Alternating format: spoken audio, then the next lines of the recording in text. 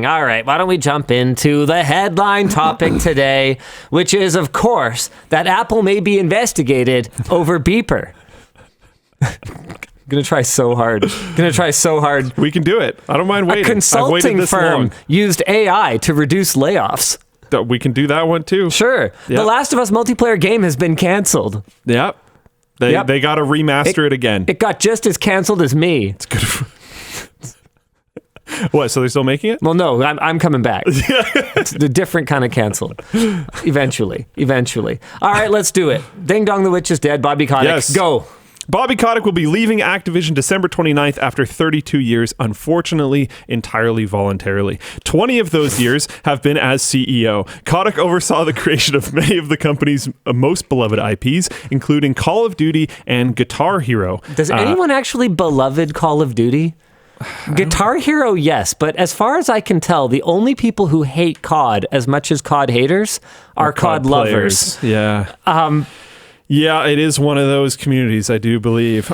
He was also allegedly in a recently settled lawsuit to have knowingly created and for years ignored a hostile workplace culture, which has included multiple employee walkouts and strenuous calls for his resignation. Also including, allegedly, things like, I'm going to jump to this screen. Where is it? I think we need to do like a trigger warning here if you're going to talk about what I think you're going to talk about. Yeah. Okay. I was going to be somewhat indirect, but yeah, there's that. We don't necessarily 100% know what this means, but he was in Epstein's black book.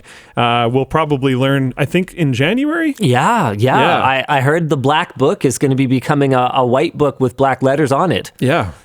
So we'll know like what that actually means because, just being in the book doesn't necessarily mean anything. I don't know. I think the only thing that's happening is they're publishing the flight logs to the island, right? Okay, well that would be. I mean, that's a pretty big. It would be tell. a solid indicator. That's a pretty big one. I think. Yeah. Also, are you in the flight logs? Because I'd like to get a heads up.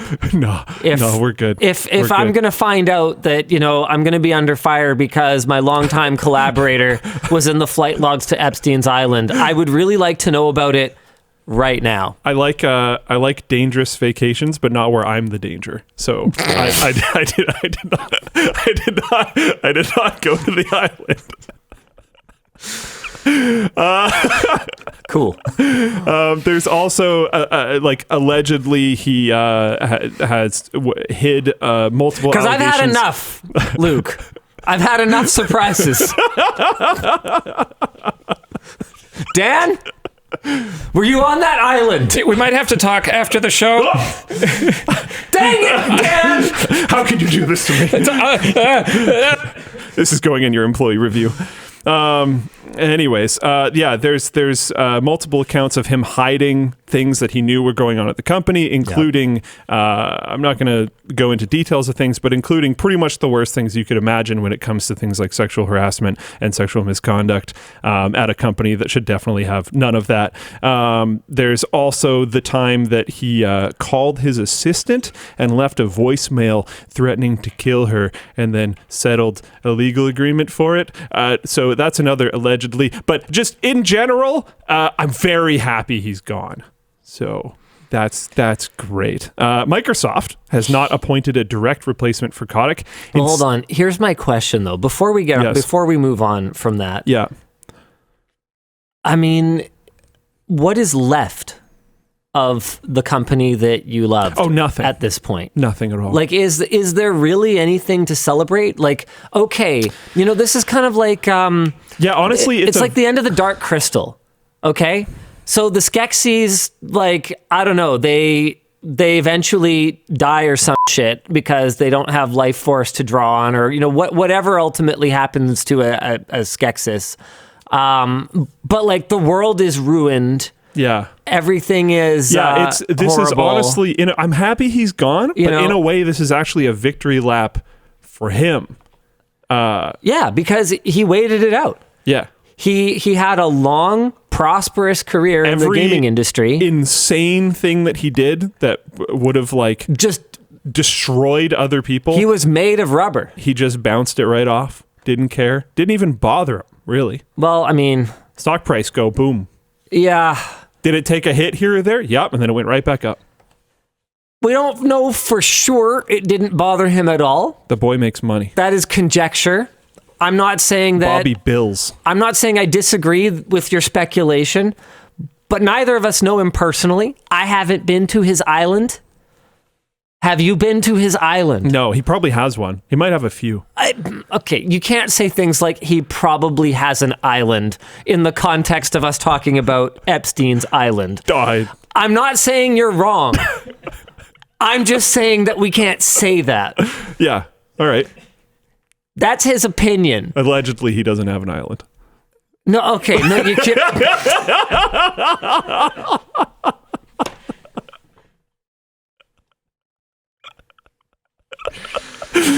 Oh, man. Oh, boy. Cool. How's it going, Bobby? Look, we're... Just don't get us in legal trouble, okay? Yeah. Okay, we're not in any legal trouble, okay? It's been 7 minutes. Microsoft has not appointed... Could they hear you, Dan? Were you muted? No, I think I unmuted for that. Okay. Microsoft has not appointed a direct replacement for Kotick. Instead, Activision's existing leadership will be placed under Microsoft's game content and studios president, Matt Booty. Discussion question. What is Bobby Kotick's legacy? What would you like to see out of Activision now that he's gone? Bobby Kotick's legacy... I'd like to see Blizzard out of Activision now that he's gone, because I never really gave two shits about anything Activision ever did. Yeah, me neither. It's never happening. Like, Diablo is a stupid, like, gacha game now. Well, his whole thing was that he didn't want to invest in anything that couldn't be, I believe his terminology was annualized. He didn't want to invest in anything that couldn't have a release every year. Something big for people to purchase every year. The EA strategy. Yeah, that was his big push. His legacy for the finance bros is going to be line go up. His legacy for the gamers is going to be quality go down. I think that's what it is. So you can talk about quality go down, but like we have to have this conversation. Why do the gamers keep buying it if the quality go down? Is the quality... Okay, this is a tough one. Is the quality bad if people willingly part with their money to have the product more than ever? I think it's... What is quality, Luke? I think it's like addiction. I think the things that are going up. So you're saying it's quality crack cocaine? Quality methamphetamine? No. So it's quality. Wait. You just don't like the product they make. I think things like gameplay. Because if you tried it... I'm not getting past this one. I'm stuck here, boys. Sob Cannon asked, well, is there bad cocaine, Linus? I don't know. Isn't that where the whole... I don't understand things about drugs, but... No, crack is the low-quality cocaine, is my understanding, but this is all based on me reading on Wikipedia. I actually know nothing about drugs. I think that's right, though. Breaking Back Division. What even is this show anymore? Oh, man, that's great. But yeah, I don't know. I'm just happy he's gone because it feels like now maybe, possibly, there's a chance. Because I think there was effectively no real chance under Yeah, but here's the thing. Bobby. How is there a chance? Because this is Bobby's team. This is a culture that, for better or for worse, he oversaw. This is... yeah, I know like a lot of the team that was good being gone is because he had this philosophy of like Blizzard games and Activision games. There are a lot of like obsession games for people. So he was like, people are going to grow up wanting to be developers or writers or game designers or level designers or whatever so that they can work on these games. So we'll just pay them trash and massively overwork them, and we'll just always have employees because everyone loves our games. And that was actually a thing that they actually did. That's such a quiet out loud moment. Yeah, like just oh man, there's like, tons of reports of people working at Blizzard and then working at other game development studios in the same area making similar games and being like, wow, this is a wildly different experience. I get paid way more. I work way less. There's a bigger focus on quality, like etc. this is a whole thing. Like I was blown away when I discovered what the margins are like in the model plane industry. Like to run a hobby shop. I was just this was back when I was working at NCIX, and I picked up some transmitter and like an inexpensive plane because I was like, oh, this seems pretty cool. And I just like I wanted to try it, right? And I was chatting with them because I'm curious. I'm a curious person, and I walked into their store, and kind of like with Keith's tech shop, there was a lot of, dead stock, a lot of like there were obvious challenges that I was looking at in this hobby shop. It was in like Coquitlam or something. It was just like a random like mom and pop style shop. Yeah. And I've always noticed those types of shops have an insane amount of dead stock. Yeah, and I was like chatting with the guy about it, and as someone who has worked in retail, I have a pretty good understanding of that. Just because something is $600 doesn't necessarily mean that you are being ripped off. It could mean that the shopkeep got ripped off at some point. Yeah. Anyone could be doing the ripping off, or in fact, there could be no ripping off being done, and it's actually just a really expensive product to develop. You can't make any assumptions. And so I was just chatting about it, and I was blown away by how little margin there was in it. And the guy's basically like, yeah, well, the problem is that this is an industry where the only way to survive is not if you're a more successful businessman than your neighbor, but if you are more passionate and more willing to do it for nothing out of the sheer joy of it, because someone else will. And I was just like, but it's almost like it as far as I can tell. Now, there's a lot of problems since then. That was a long time ago. And since then, there's been a massive amount of consolidation in that industry. Like, as far as I can tell, between Horizon Hobby, hold on. I don't want to say the wrong companies, but Model Erica, okay, blah blah blah blah blah blah. Yeah, I think it's Horizon. Here, who owns E-Flight? It's been a long time. Yeah, Horizon Hobby is one of the big ones for sure. Between Horizon Hobby and I think there's like one other one or something like that, they've basically consolidated absolutely everyone. They own absolutely everything, and they have all the power. Hobby Lobby. People are saying Hobby Lobby is the other big one. Don't they also like buy like historical relics and hoard them? Hobby Lobby? Yeah. Hobby Lobby historical artifacts. Okay, that I don't know. Hobby Lobby smuggling scandal. The Hobby Lobby smuggling scandal started in 2009 when representatives of Hobby Lobby chain or craft stores received a large number of clay bullae and tablets originating in the ancient Near East. The artifacts were intended for the Museum of the Bible, funded by the evangelical Christian Green family, which owns the Oklahoma-based chain, international staff, blah, blah, blah, blah. Yeah.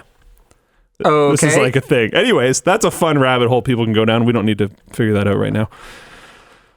Hobby Lobby. Yeah, own all the things. Okay, cool. Anywho, yeah. Yeah, okay. Traxxas is still doing their own thing, as far as I can tell. I wonder if that's a matter of time. Anyway, I've heard very good things about Traxxas. My point was, back then, before as much consolidation had occurred, I had this sort of realization that I was never going to be able to make money doing something that I was passionate about, because there would always be someone who was willing to do it for nothing. Oh, yeah.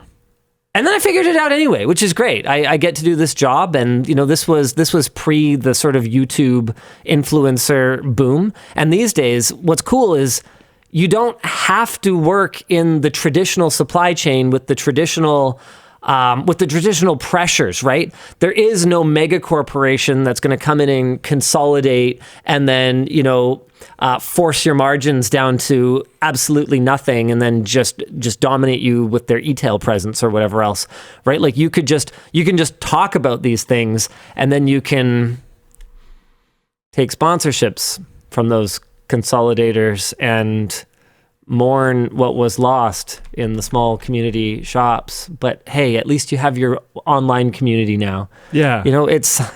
Luke, it's something. It's a way of the world. It's something. There's only so much stuff you can fight. I didn't make the rules. Something that took me a long time to accept, but it is what it is. Yeah, anyway, you can pick your battles, but I forget how I got on this topic, really but Bobby Kotick. Bobby Kotick. Yeah, so it's one of those things where what the point I was trying to make is those dynamics existed in industries where it's competitive, and especially when it's niche, right? There's an incentive to drive margins down, and the computer industry has seen this a lot. Like back when I got into the industry, there were countless little computer shops along Bridgeport Road in Richmond.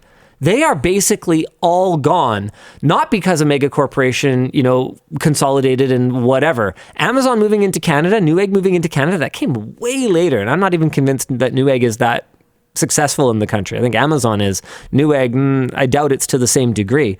That was just because they were all at each other's throats. They would kill each other for a nickel of margin on a hard drive. And it was because you just had these people who were super passionate about computers and building computers and electronics and all this stuff. And I guess the point I'm trying to make is that in some industries where people are excited and passionate, there's always going to be that dynamic, but it takes a certain type of hole to exploit it, to go, oh, this is good, and min-max it. Yeah. His exact terms was that they need annualizable IPs that are exploitable. Yeah. So when I talk about line goes up, this has been talked about by like a billion people, but I'm going to bring it up anyways. Where I have my mouse here, 2003 is when Bobby took over as CEO. I think it said 20 years ago. That should be right. You can see how the line was pretty flat before then. Bobby takes over, line starts going up. Line goes up, line goes up, line goes up, line goes up. Big hit, line goes right back up. That's why people liked Bobby. That's it. Yep. All right, then. When it comes to like nameless, faceless shares and people investing and just trying to make money, it doesn't really matter what they did as long as that doesn't reflect in line go down. And when it did reflect in line go down, he got the line back up again. So nobody really cared. Yeah. And he was protected because he got the line up. That's how it works. See, me, I'm protect tip, not protected. Yeah. Speaking of which, move on. Protect tip. Protect tip. Sony patents. That's the worst thing I've ever said. Protect tip? Yeah, protective. Can I do like a sad ding? There you go.